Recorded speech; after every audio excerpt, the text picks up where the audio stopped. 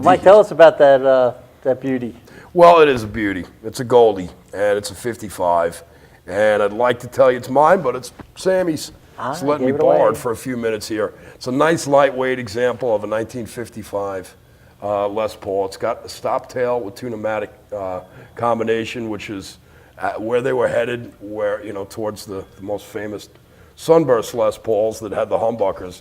This has P90 pickups, was the pickup du jour for Gibson from 1947 up until about 1955, 1956. They still used them afterwards, but once they had the humbucking pickup design, they kind of slapped that into most things. And although it's not a humbucking equipped Les Paul, which is a holy grail, it's about the next best thing. Arguably to some people, maybe even better. The P90 is one of the most angry pickups known to the planet. It's just a snotty, constantly pissed off pickup. It doesn't work so great on a hollow body, but on a solid body like this, it's just got attitude and teeth. But when you play it, you realize why they're not called humbuckers. They make a lot of noise. There you go. There it is. Sounds like a forest fire. Show them the other side of the guitar. See, this guitar is 100% original, pots, pickups, everything except the knobs. The machines are real, but the knobs are not. Gibson used the plastic back in the day, and it's actually kind of common in these years, and they would just fall apart and shrink to the point where if I wanted to tune the guitar, I would have to get a plier. So what we did is we took off all the crust off of it. We got a new set of buttons, and we had one of our great techs, Larry Fitzgerald, melt them onto there, and now it's back to the way it should be.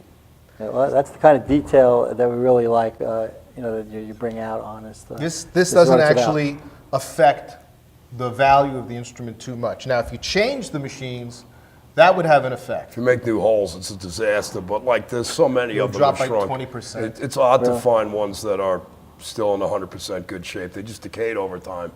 I don't think that the makers of this guitar thought that anybody was going to be sitting here in 2012 talking about its features. They probably figured it'd be retired or whatever. But the 50s Gibson guitars and Fender guitars, as solid body electrics were coming into play, are now some of the most desired guitars available. So plus it shows the investment value. A guitar like this probably sold maybe at Sammy Music at a discount for about $220. Which was a lot of cake for 50s money, right.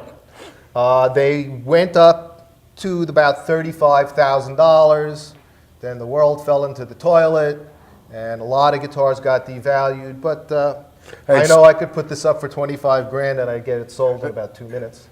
Regardless of whatever price it realizes, it's worth plenty of money, and it's not for sale. And it sounds great, and it feels great, and it's lightweight, and there's no doubt you could be blindfolded and hand this to a guitar player who knows the difference, and he'd tell you he's got a classic guitar in his hands.